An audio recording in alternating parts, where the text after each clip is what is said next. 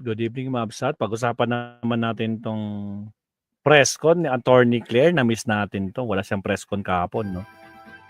Dalawin natin sa Attorney Claire. Bilisan natin.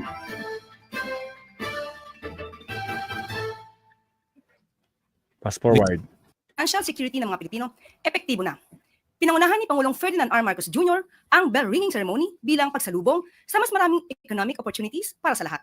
Nilalayo ng Capital Markets Efficiency Promotion Act na baguhin ang pananaw ng ordinaryong mamamayan sa pag-invest at pagpapalago ng kanilang pondo. Yung. Ibinaba sa 0.1% ang stock investment tax mula 0.6% at tinanggal na rin ang documentary stamp tax sa mutual at unit investment funds para mabawasan ang bayarin ng mga nais mag-invest. Ginawa rin ito upang maengganyo pa ang mga Pilipinong palaguin ang kanilang pera sa stock exchange. Bukod dito, ginawa ring 20% ang final tax rates sa interest income upang padaliin ang compliance at gawing mas simple ang pagbabayad nito. May incentives din ang mga kumpanya na tumutulong sa mga empleyado na magbayad ng kanilang retirement gaya ng 50% deduction sa actual contributions. Tinatayang nasa 25 billion pesos ang magiging net revenue mula sa bagong tax reform na siya naman gagamiting pondo para sa mga mahahalagang proyekto ng gobyerno, gaya ng mga kalsada, paaralan, mga ospital, at iba pang social safety net programs. Kumpiyansa ang Pangulo na magdadala ng ginhawa ang batas na ito para sa mga ordinaryong Pilipinong gustong paunlarin pa ang kanilang sarili. Diin ng Pangulo, nais ng pamahalaan na alisin ang mga balakid at palawakin pa ang oportunidad ng mga Pilipino sa pag-unlad. Today we usher in a new phase of economic opportunity for every Filipino. This timely and strategic tax reform redefines and transforms how Filipinos invest, build, and grow their hard-earned savings. Now, to all concerned agencies, let us make it our mission to ensure that every Filipino will feel the full benefits of this law without delay. Today, as we ring the bell to open the market, we signal the new era of economic dynamism, investor confidence, and sustainable growth. Kahapon ay binigyang parangal ni Pangulong Ferdinand R. Marcos Jr. ang 43 outstanding farmers at Doon na tayo sa question and answer kagad, Mabsat. Napakahirap para so Lang. laboratory Doon sa question and answer tayo. ORPS at ang turnover ng dagdag nararapat lamang na suportahan Sobrang bilis pala. kay Secretary Kiko. Isang tanong lang po dun sa SIMEPA, follow-up lang po na pinangunahan po kanina ng Pangulo. Doon po sa tax invest. Si Eden Santos kagad ang una niya. Really? Isa pa nga. Okay, here we go. We begin with Eden Santos, Okay. Net 25. Pasimuno, Eden Santos kagad, oh. Yusek, good afternoon po. Kumustahin ko lang po ulit yung kung meron na po bang plano meron na po bang tugon o aksyon ang gobyerno sa panukalang magpatupad po ng price ceiling sa fresh meat na kaya daw po ng mga consumer para mapasunod naman yung pagbaba po ng presyo ng baboy sa farm gate. Supposed to be ay makakasama po sana natin si Kiko today. Kaya lang nagbago po ang ating schedule pero pinangako niya po na lahat ng ganyang katanungan ay sasagutin po itong linggong ito. Marahil po ay sa Huwebes. So ilaan niyo naman po ang tanong na yan kay Secretary Kiko. Isang tanong lang po dun sa SIMEPA, follow-up lang po na pinangunahan po kanina ng Pangulo. Doon po sa tax investment na binawasan, paano po ba ito, yung mga simpleng mamamayan lang po, paano po sila makakapag-invest dito? Maaari po silang turuan ng mas nakakaalam dito. Hindi po lahat tayo ay ganoon kaalam sa pagdating sa stock exchange. So meron po ito mga nagtuturo sa inyo. Meron din po mga broker dito para po kayo maturuan. Thank you po. Maricar Sargan, Brigada. Good afternoon po, Yusek. Some US lawmakers po are proposing to build an ammunition production and storage facility dyan po sa Subic, Zambales. And si Secretary Gibo Teodoro, nagpahayag na rin po ng pagiging bukas sa ideyang ito. Pero si Pangulong Marcos po kaya, bukas din po ba siya sa ganitong proposal? Since wala pa naman pong formal offer patungkol po dito, mas maganda po siguro bago natin hilingin ang tugon ng ating Pangulo is mas maganda mailatag sana sa kanya kung ano ang mga detalye dito. Ang Pangulo naman po ay doon lagi sa makakabuti sa ating bansa at makakabuti sa taong bayan. Thank you po. Ann Soberano, Bombo Radio. Yusek, good afternoon. Nagbukas na po ang 20th Congress and magsisimula na rin po after ng SONA, magsisimula na rin po yung budget deliberation. Si House Speaker Martin Romualdez at iba pang mga lawmakers is backing the calls to institutionalize a transparent budget process by opening bicameral deliberations to the public. Ano po ba yung comment dito ng Palasyo? We respect the independence of the Congress, pero kapag po ang pinag-usapan ay pagsasapubliko ng anumang transaksyon, patungkol sa gobyerno, mas maganda po talaga na maging transparent ang bawat galaw ng taong bayan. Thank you, Yusek. Next, Ana Bajo, GMA News Online. Good afternoon, Yusek. Ma'am, yesterday, Ariel Nepomuceno took his oath as the new BOC commissioner. Ma'am, may we just get the reason why Bienvenido Rubio was replaced? Mhm. Katulad ng ating sinasabi, ang Pangulo, ang nais po talaga ay makapagbigay ng mas magandang serbisyo ang bawat heads of agencies, ang bawat leader na nasa sakupan ng ating Pangulo. Hindi lamang po isa ang pinalitan, anim po kasama po ang commissioner ang napalitan. May mga collectors, may mga commissioners, may deputy commissioners rather, and directors. Anim po lahat sila sa Bureau of Customs. So, ang tanging gusto ng Pangulo ay maging tapat sa bansa, labanan ng smuggling, at syempre po, maging transparent sa koleksyon ng revenues. Pero ma'am, what does it say po sa performance ni Commissioner Rubio? Was the President not satisfied with his leadership po? Hindi po natin masasabi yan. At kung ano man po ang naging dahilan ng ating Pangulo, malamang po ito'y patungkol pa rin para sa ikagaganda ng serbisyo sa taong bayan. Ma'am, may we Tama. just get the President's marching orders kay Commissioner Nepomuceno? And sino po kaya yung papalit sa kanya sa iniwan niyang post? Sa OCD po yan. Wala pa po, hindi pa po sa akin na ibigay yung detalye patungkol dyan. Pero ang marching order, unang-una po, dapat proteksyonan po, strengthen yung border protection at labanan nga po ang smuggling. At nagsisimula na po ang pamahalaan sa paglaban, sa mas matinding laban sa smuggling. Thank you, ma'am. Next question, Ivan Mayrina, GMA Integrated News. Sa survey po na isinagawa ng Octa Research, lumabas na mas nakararaming Pilipino ang pabor na bumalik ang Pilipinas sa ICC. ICC. Is this something that will further the President's openness 50 plus, to join the 57, ICC, kung di ako or nagkakamali, a sense of urgency 57%. for the country to join the ICC? Sa ngayon po ay hindi pa po natin napag-uusapan yan, hindi pa po nababanggit ng Pangulo. Pero yung ganito mga sentimiento po ng ating mga kababayan ay dinidinig naman po ng ating Pangulo. So tingnan na lang po natin sa mga susunod na araw kung ano po ang magiging saloobin ng Pangulo sa pag-rejoin sa ICC. Alright. Last week or over the weekend, hindi ho na itago ni DT Sara ang kanyang, should I say, exasperation. Sa palitan po ninyo ng kuro-kuro tungkol sa kung ano ba ang personal at official trip. In her words, I quote her, Ayan na, "Yung ayan example na. ko sa inyo na bobo talaga. Kapag gumagamit ka ng pera ng gobyerno, official business yan, kailangan mo mag-report. Kapag personal siya, walang Dali gamit lang. ng pera ng gobyerno, hindi mo. Isa pa, In her words, take hindi ho two. na itago ni Magalan DT natin Sara to, ang kanyang, should I say, exasperation. Sa palitan po ninyo ng kuro-kuro tungkol sa kung ano ba ang personal at official trip. In her words, I quote her, "Yan yung example ko sa inyo na bobo talaga. Kapag gumagamit ka ng pera ng gobyerno, official business yan, kailangan mo mag-report. Kapag personal siya, walang gamit ng pera ng gobyerno, hindi mo kailangan mag-report." So ganun lang yan kasimple na kailangan ko pa i-explain. May buntong hininga pa po sa dulo. Would you like to respond? Ang kakulangan po sa kaalaman sa batas, sa ethical standards ay hindi po maikukubli sa pagmumura o pang-iinsulto. Simple lang naman po. Bakasyon o trabaho. Siya naman po ang nagbanggit na trabaho, nagtatrabaho. Yun lang, binanggit niya, di ba? Binanggit niya nagtatrabaho siya, so it's official. Sino ang bobo ngayon?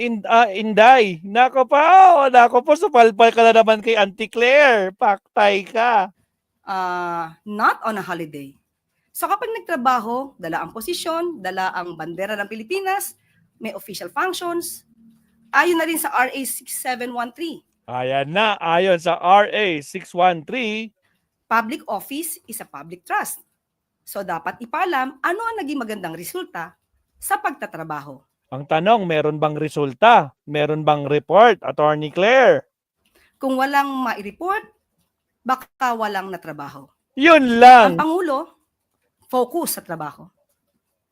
Kapag po siya man ay umaalis ng bansa, may dalang magandang balita. May magandang naging relasyon sa iba't ibang leaders.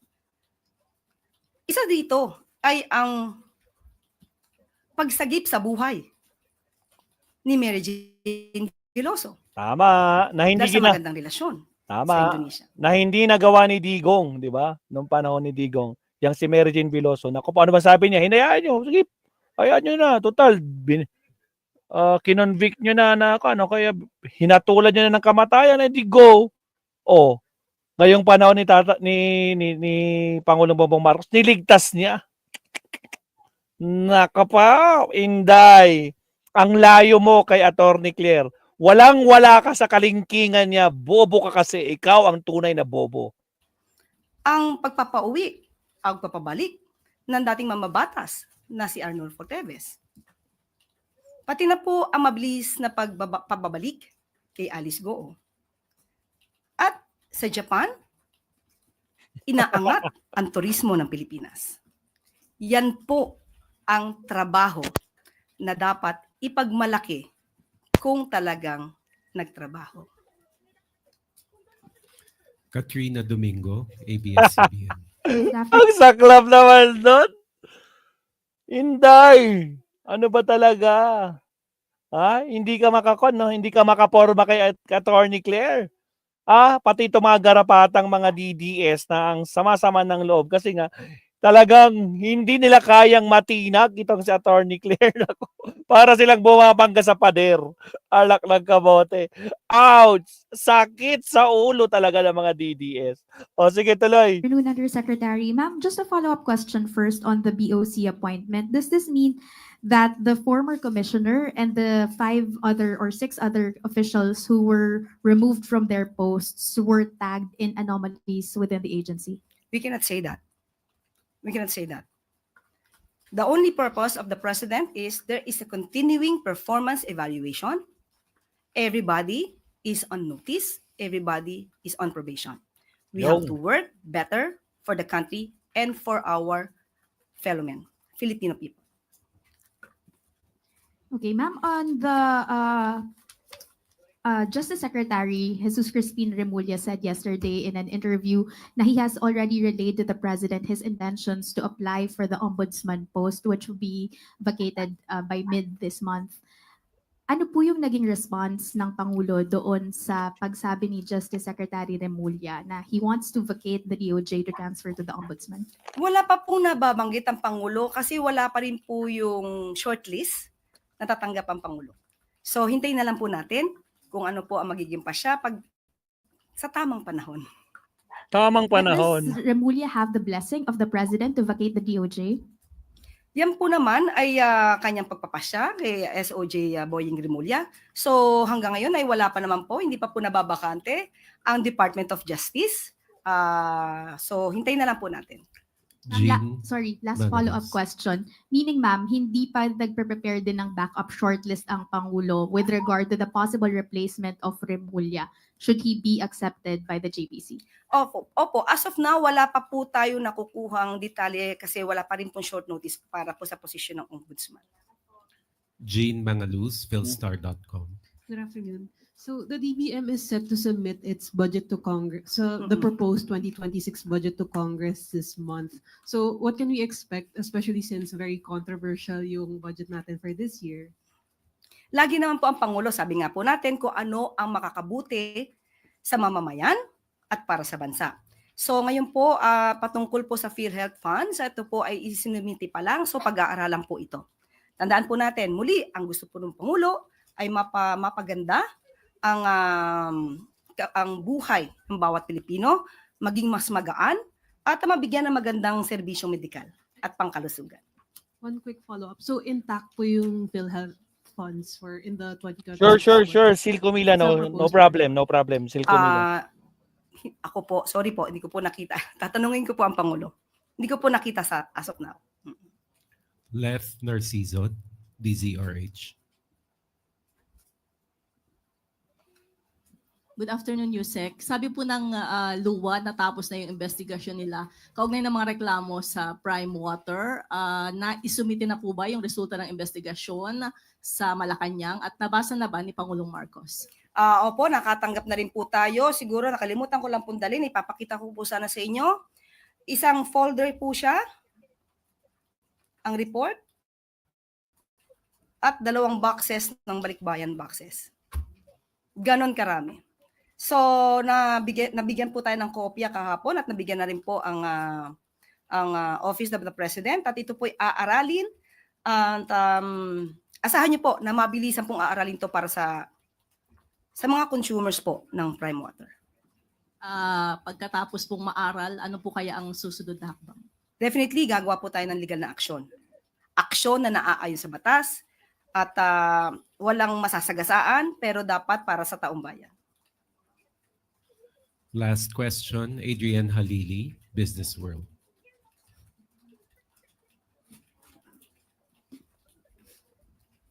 Hello, ma'am.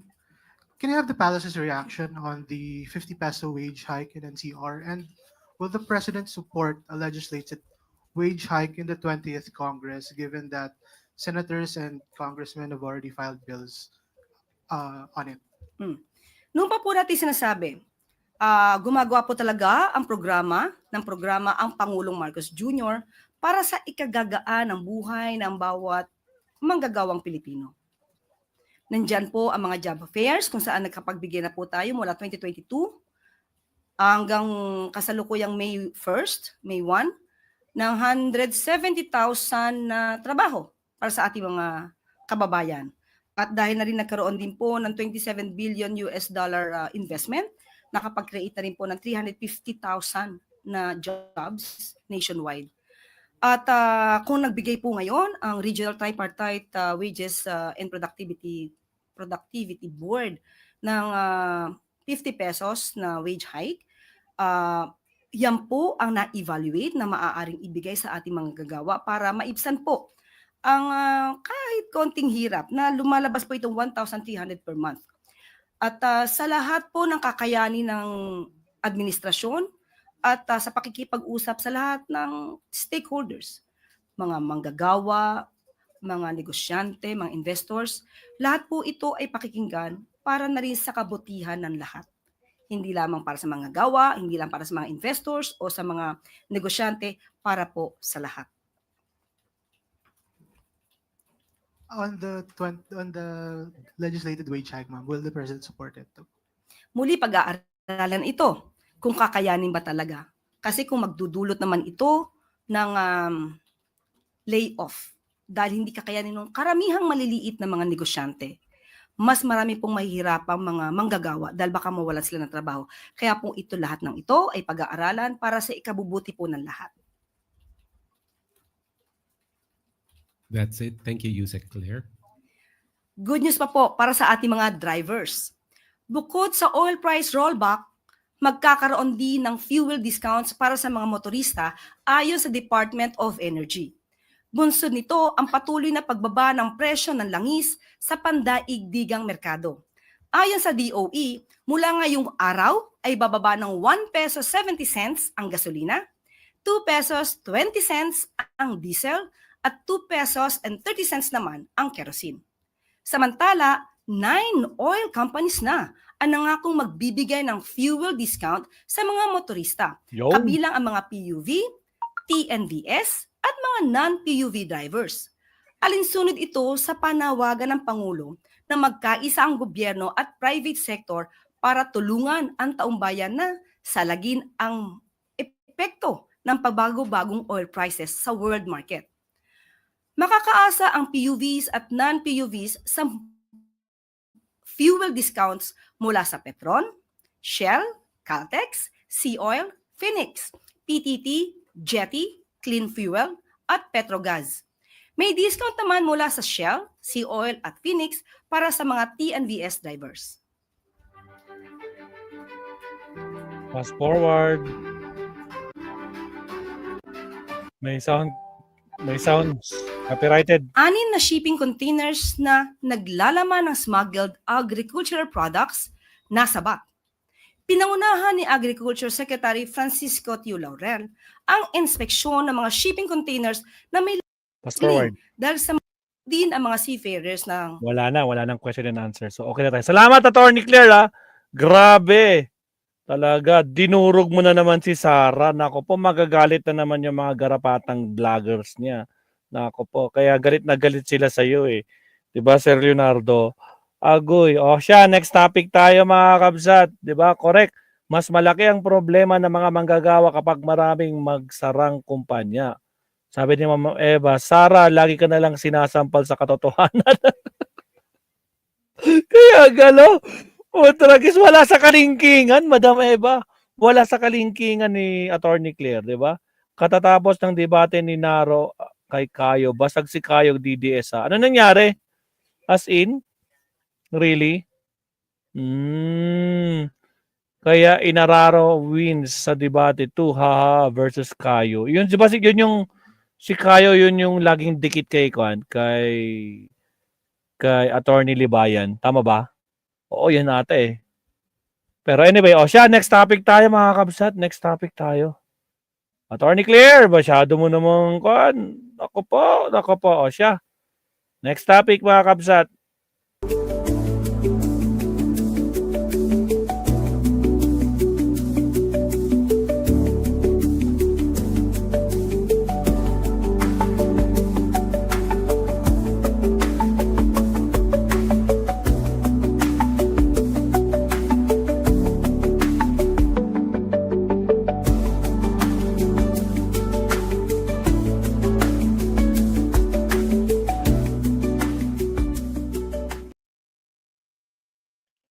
Alright, mga kabsat. Dalawin naman natin si Attorney Rene Bueno. Di na natin napupuntahan. Meron siyang topic kahapon, mga kabsat, tsaka kanina.